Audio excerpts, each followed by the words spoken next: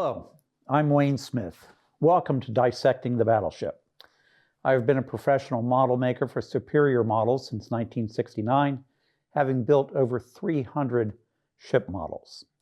Superior Models succeeded Authenticast, which was the company that in World War II made the recognition models for the U.S. Navy. The models are used throughout this presentation. This is the book I wrote with Bob Sumrall in 2017. The cover was Bob's favorite picture. This presentation is only a portion of the book. It is copyrighted, and copying any images in this presentation is prohibited without the consent of the author. This presentation is dedicated to Bob Sumrall. Bob was my friend and colleague for nearly 50 years. He and I took a group to tour the Battleship New Jersey in 2009. I put together a 16-page booklet to help the participants understand the battleship. In 2017, I got together with Bob to write this book. It was designed to be sold on museum battleships to explain to the layman what they saw while touring. It uses a lot of his material and has a number of his original pictures and drawings, never before published, some of which will be in this presentation. Unfortunately, Bob passed away shortly after finishing the book. It was my privilege to speak at his funeral in the Naval Academy Chapel. Bob was the curator at the Naval Academy when recalled to active duty at the age of 51 to recommission the Iowa-class battleships under President Reagan. He authored over 20 technical historical monographs of U.S. vessels and articles for the U.S. Naval Institute Proceedings, Conway's History of the Ship, Conway's Warships, and other similar journals. Bob was the regular number 2 turret officer for the Iowa, but was recovering from knee surgery at the time of the turret explosion in 1989. Thank you, Bob, for your dedication and service to our country. The term battleship has been around a long time. In the sailing era, battleships of the line formed at bow to stern, firing their guns perpendicular to the sides of their opponents. These were called broadsides. By the mid-1800s, steam and iron began to replace sails and wood, with the Civil War being the testing ground for the next generation of warship. The Confederate Navy created the armored, steam-powered Virginia with traditional broadsides. The Union countered with the Monitor, also steam-driven and armor-plated, but carrying the first turret with 2 heavy guns. Turret-mounted guns could turn and fire in any direction, just not perpendicular to the warship. All navies began building monitors as the forefathers of the modern battleship. The modern battleship era started in 1905 and ended in World War II. Up until 1905, most battleships had 4 heavy guns, perhaps 8 intermediate guns, and numerous smaller, fast-firing guns to deal with destroyers. The intermediate guns were designed to destroy unarmored portions of the target ship, including fire control and steering mechanisms. The slower-firing heavy guns would penetrate armor, destroying guns and engines. A battleship can be defined as a ship with at least 11-inch guns and protected against the gun it carries. At Tsushima in May 1905, where the Japanese annihilated the Russian Baltic Fleet, it was noted that the larger guns scored a few devastating hits at longer than expected ranges. If a ship could carry additional heavy guns, it could have a decisive advantage. An all-big-gun battleship had been proposed in 1903 by Italian naval architect Vittorio Cuniberti in Jane's fighting ships, and was speedily adopted by all nations after Tsushima.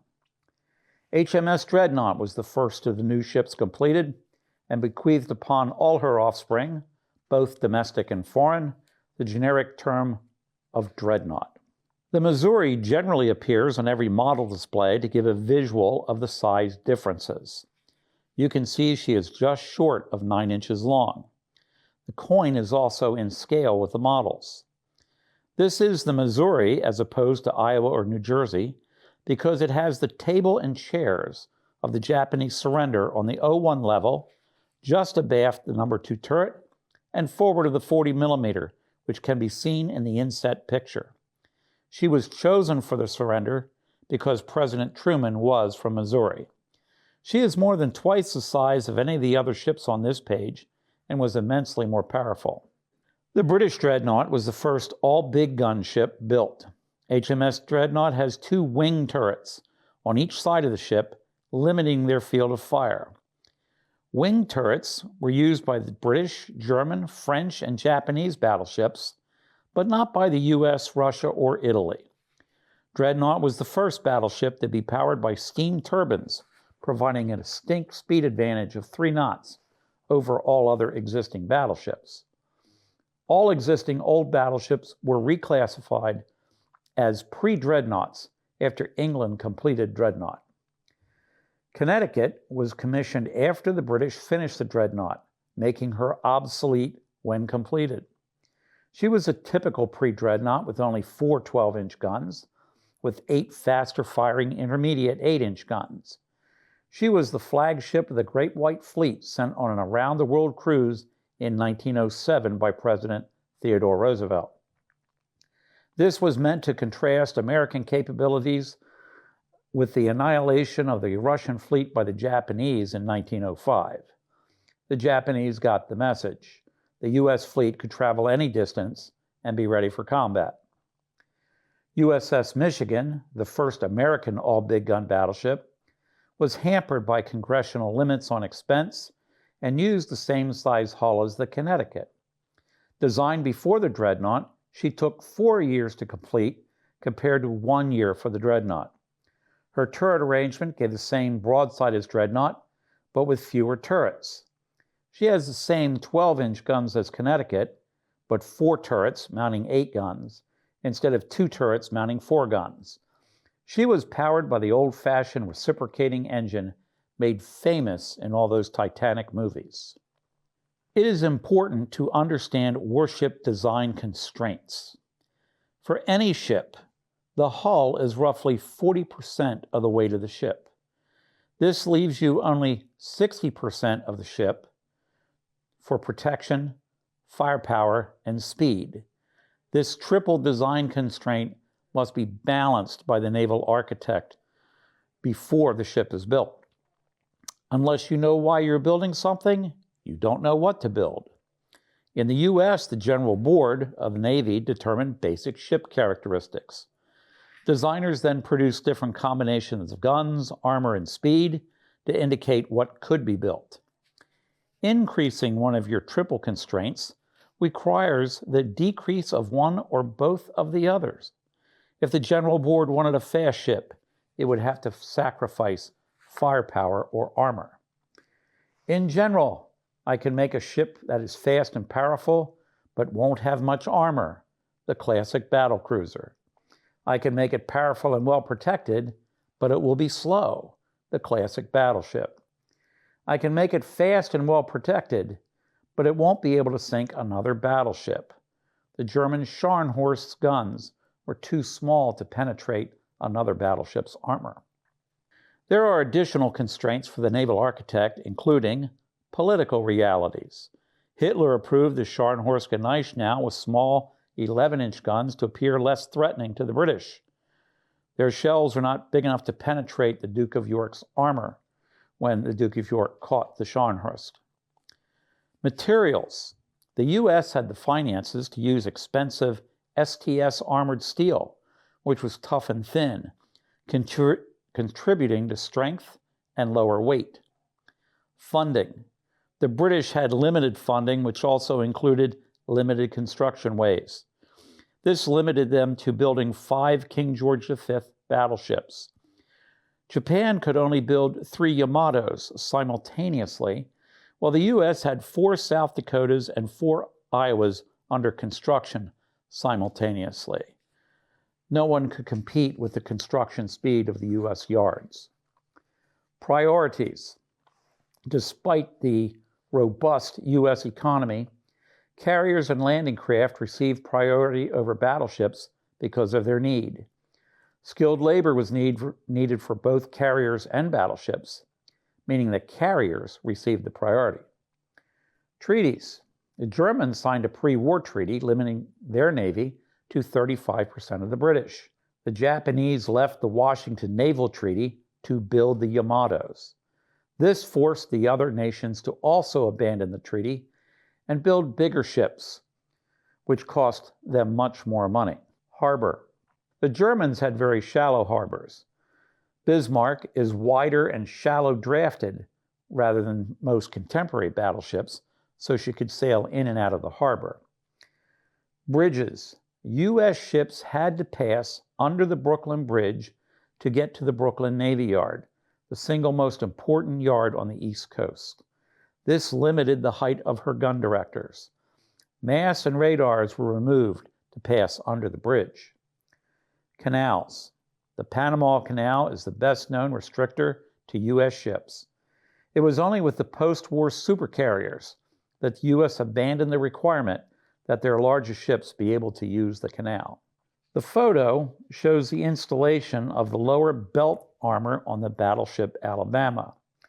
Her armor will eventually become inside the ship as bulkheads are built outside the armor. This gives maximum protection against the limitation of 108 feet of width to pass through the Panama Canal. This protection scheme was introduced in the South Dakotas and repeated with the Iowas. This is a picture for one of Bob's books. There are variances in different countries' approaches to protection, but this is a good general example. The purpose of protection is not only preventing damage, but limiting its effects and containing it to as small area as possible so that damage control can deal with it.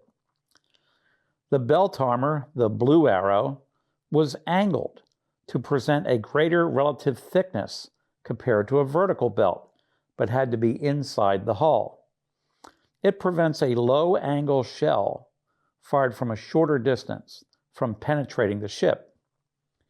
The upper belt is a uniform 12 inches thick, while the lower belt tapers from 12 inches to 1 inch.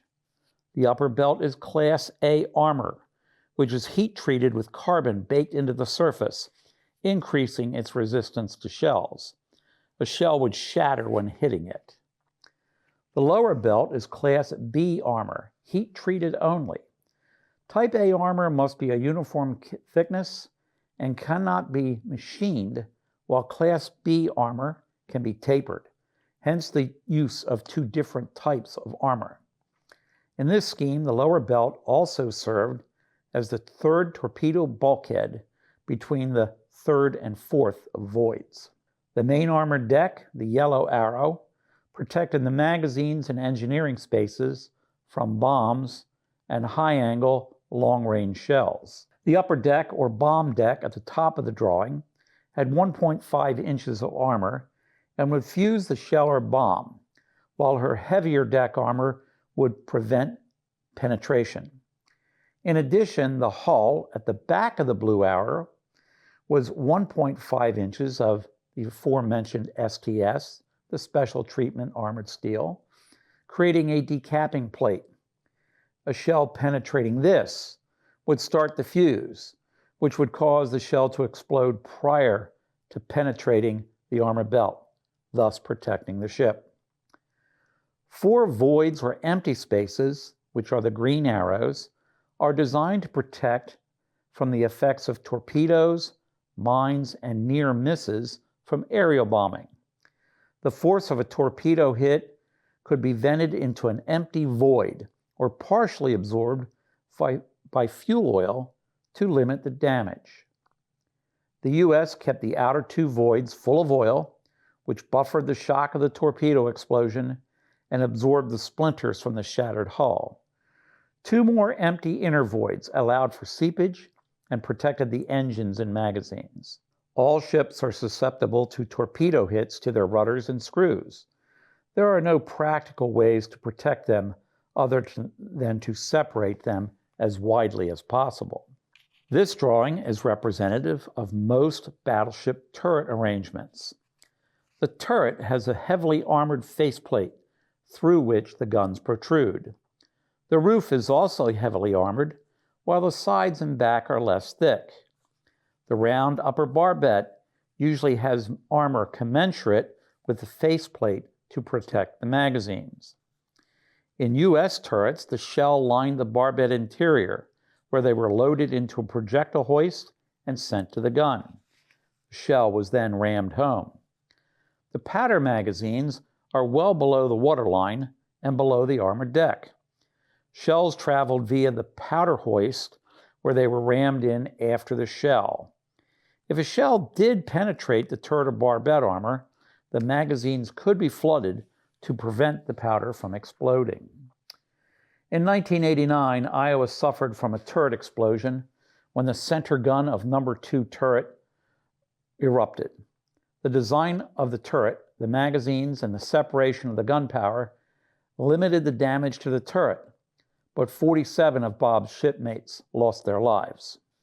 Most people do not know that all the Navy's battleship guns were built in the Washington Navy Yard. This is a very nice museum to go to for a day trip. This is one of the 16-inch guns built for the ships canceled by the Washington Naval Treaty of 1922. They were given to the Army for coast defense. Nothing goes wasted in military procurements.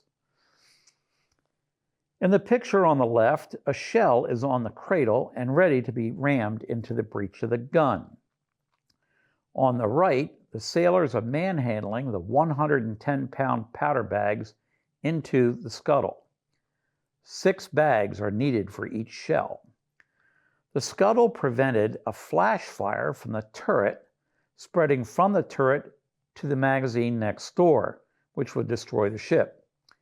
When the scuttle is open inside the barbette, it is closed on the other side, which is the magazine. Magazine explosions due to poor powder handling or lack of scuttles sank a number of battleships and the ill-fated British battlecruisers at Jutland.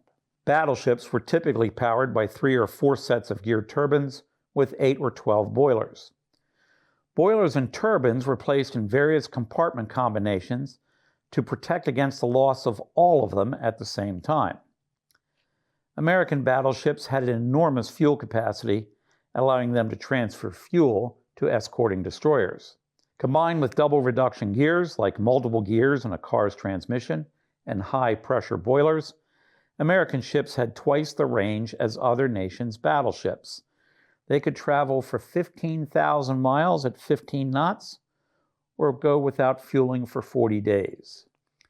Auxiliary machinery spaces, usually outside the main spaces, housed units such as the distilling plant and the emergency diesel generators.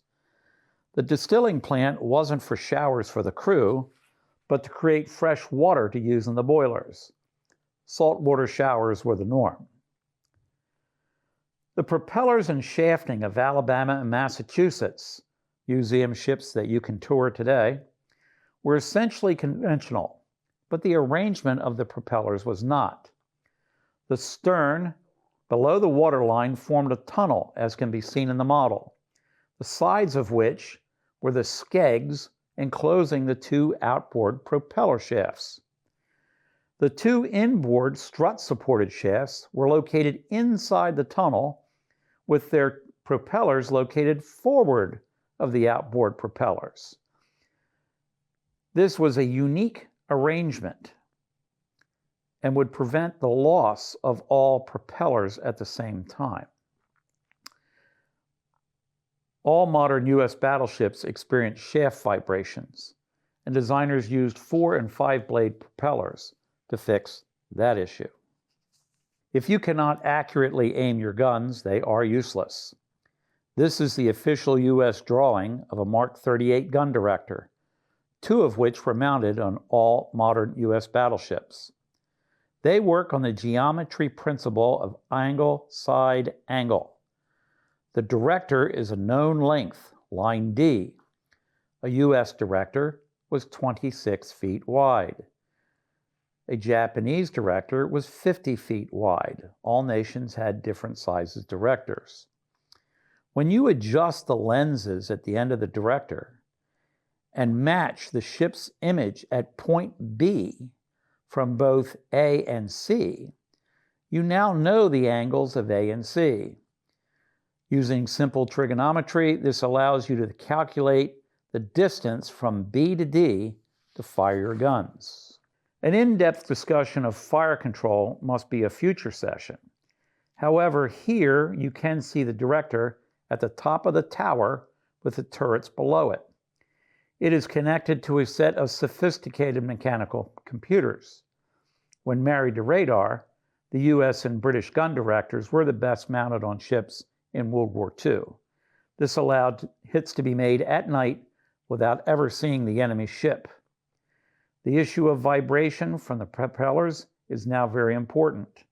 The early US battleships suffered from vibration at the top of their masts with their gun directors, meaning it was difficult to accurately measure the distance to the target.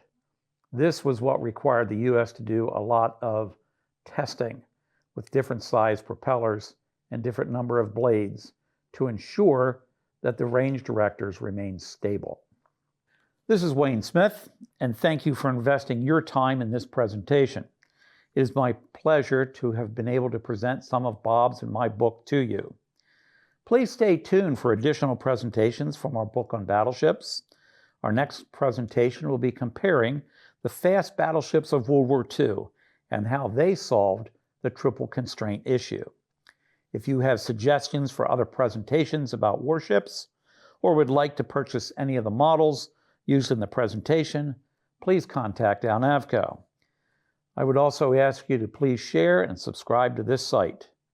Signing off for now, and thank you.